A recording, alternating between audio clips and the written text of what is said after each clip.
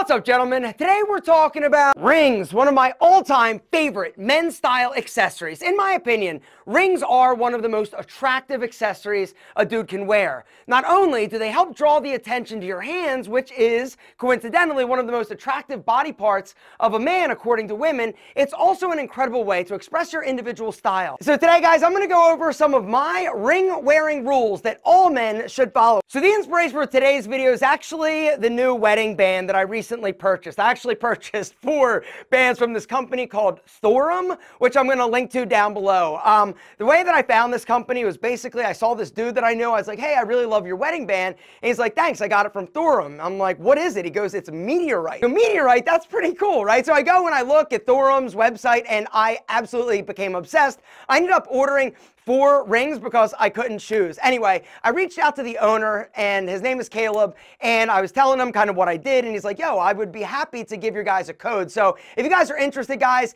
in a badass ring, I'm going to link down below to Thorum. That's THORUM.com.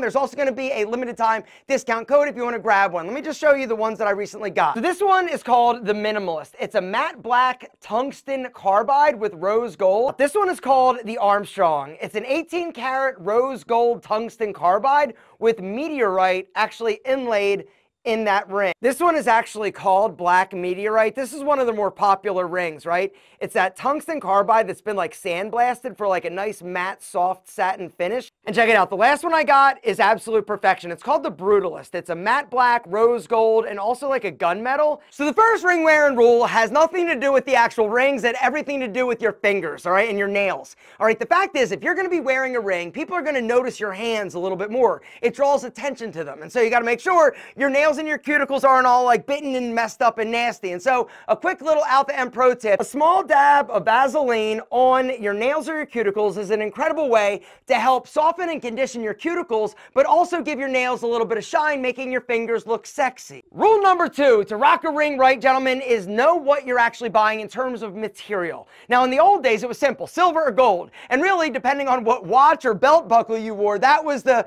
metal that you were going to choose. But now, oh my God, the selection is literally unlimited. Everything from silicone, right? A lot of guys are getting into wearing these little silicone rings because they're not going to get beaten up or damaged when you're like lifting weights or doing anything like strenuous. They're great rings for actually working, and coincidentally, when you order a Thorum ring, they will send you a silicone ring for free. They've got a lot of other materials in terms of rings as well. Everything from dinosaur bone to whiskey barrel to gun rifle stock, not to mention like tungsten, not to mention Damascus steel, which is kind of like wavy and super badass. The list literally is like huge in terms of the different materials that rings are coming in. And really it boils down to personal preference. There is no right and wrong. You just need to find something that resonates with you and rock it. Which brings me to the third rule we got to talk about, and that is mixing metals. All right, now, you cannot go wrong if you wear the same metal in terms of your watch, your ring, your bracelet, your belt buckle. It looks fine, but it's not a must. In the old days, this was a bigger deal, but now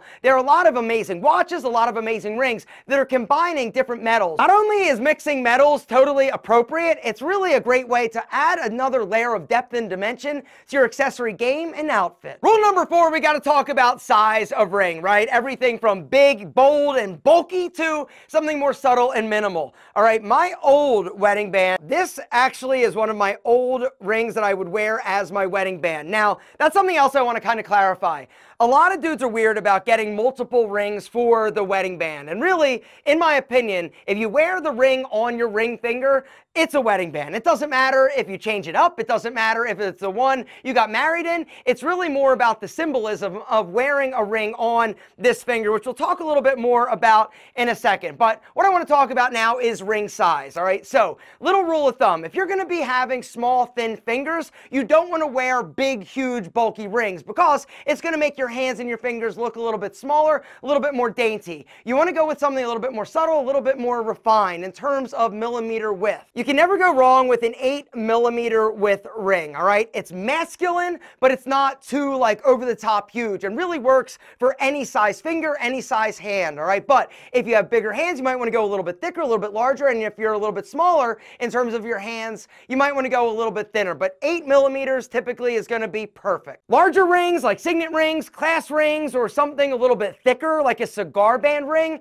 these are also great options, but it really boils down to personal preference. Now, in terms of how many rings you should be wearing per hand, personally, I'm a fan of balance. One ring per hand, all right? Now, if you are married, you definitely are going to be wearing a wedding band most likely, all right? And it goes on the ring finger, all right? Usually this ring is going to be a little bit more subtle, a little bit more simple, but if you go with something like a Thorum, you can actually really up it in terms of style and aesthetic and really make it different than the basic, boring, bland band ring. But on the right hand, gentlemen, that's where a lot of ring magic happens, all right? In my opinion, you can never go wrong with a single ring on both hands. But if you want to rock a second ring on a hand, gentlemen, you are always welcome. Any more than that, I think you're getting a little bit outside of the box. You're definitely a little bit more of a rock star. There's some guys that wear multiple rings. Like literally, I've seen dudes wear 5 rings per hand. Now, typically, these guys are like huge badasses or they look like humongous dumbasses, but the bottom line is for most men, 1 ring per hand is perfect. Now, in terms of symbolic representation, in terms of which ring on which finger means what, it really has changed over the years. You know, in the old days, a lot of like mafia dons, not to mention like emperors and like badasses, would wear a pinky ring. Pinky rings were incredibly common. I believe even like Prince Charles wears a pinky ring to this day, right? He also wears his wedding band underneath of his pinky ring, which is a common practice in some cultures, actually stacking rings. Check it out. 2 of my wedding bands stacked, right? This is my old wedding band, and then on top of it, my new one from Thorum, just stacking it up, right? It makes it a little bit thicker, a little bit more like chunky and masculine, and it's just a great way to add dimension and depth to your ring. In terms of other fingers, guys, the number 1 finger, if you're not married to wear a ring, in my opinion, is your ring finger on your right hand. Now, if you don't want to do that, no problem. You could always go ring finger, you could go middle finger, you could also go pinky. Thumbs are a little bit tricky. Thumbs, I'm not a huge fan of thumb rings. I see some dudes wearing them, and I just think thumb rings look a little teeny weeny bit trashy. A little douchey. Thumb rings are a little douchey, but so are earrings on 46-year-old dudes. Anyway, they call themselves alpha. I digress. Let's talk about the last rule, and that is price.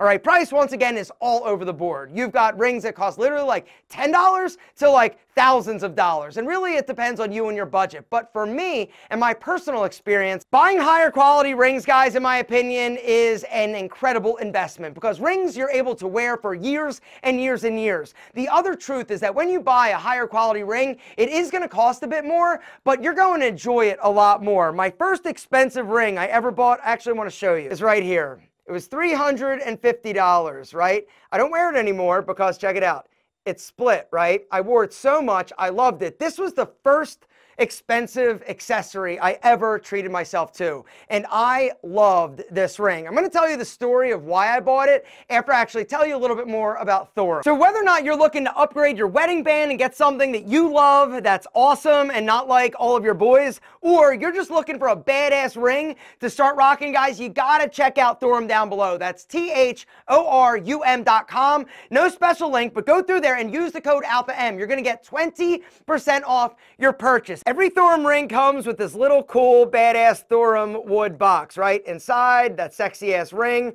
You also are going to get a free Thorum activity band with every ring purchase, the same size that you ordered. Now, let's talk about how to actually find your size, right? The first thing you got to decide is which finger you want to wear that ring on. And then what I would do is just go into a local jewelry store and just ask them, say, excuse me, can I know what my ring size is for whichever finger? And then you go on and you order your ring. Or if you wanted to, you could actually go on the Thorum website and for $10, they will send you a sizing ring set that you can actually have to keep. Personally, I just save the $10 and go into a jewelry store and ask them. It literally is free. All right, Thorum, 1 year, no questions asked, warranty. I'm telling you guys, you're going to love them. They've been in business literally since 2012. The rings are amazing. Thorum has over 5,000 5-star reviews. Guys, it's not just my opinion, not just my buddy whose ring I saw that inspired me to go check out Thorum. You guys are going to love them. They are amazing. Whether or not you're looking for a wedding band or just to wear a badass ring, guys, hit that link down below, thorum.com. Make sure to use the code ALPHAM to get 20%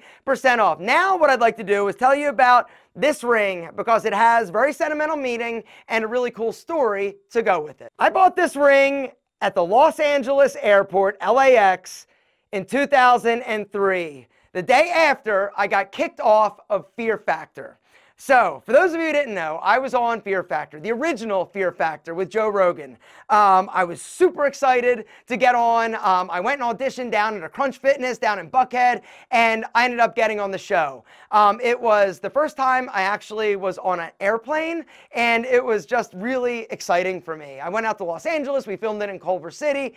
The whole experience was just amazing. Now, what wasn't amazing was my performance on Fear Factor. The first stunt, we had to actually get zipped up in a plastic body bag, dropped in water, and we were handcuffed and had to get out before we drowned. Everybody did horrible in that stunt because literally when you go in the water, the bag like saran wraps you and you have to like get the key and you can't see. Anyway, that was a disaster.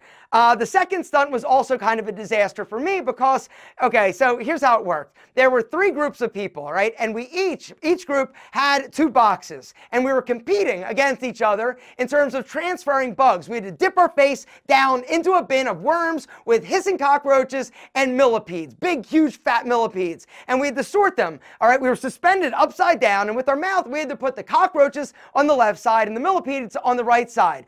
Well, the 2 groups that went before me, the winners were on my box, which means they removed more bugs. Now, the tricky thing is that they didn't actually replace or replenish the bugs. And so I'm competing against this dude, Dwayne, right? And I'm going, and I'm killing him, crushing him. But I literally ran out of bugs, and he ended up beating me, and it was heartbreaking because he ended up going on to win Fear Factor. But anyway, I had a great time. It was amazing. But when I was leaving, I was in the LAX airport, and I went into this little like silver store, and I was looking at these rings. I'd always been a huge fan of rings. My grandfather always wore this little pinky ring. It's a little gold ring with a ruby and a diamond in it. And so I've always kind of been into rings. And so I went into this store and I saw this little ring. It has a bunch of different like stones in it. One of them's onyx, some like tiger's eye, and it was silver. And I saw it and I just fell in love with it. I tried it on and it fit.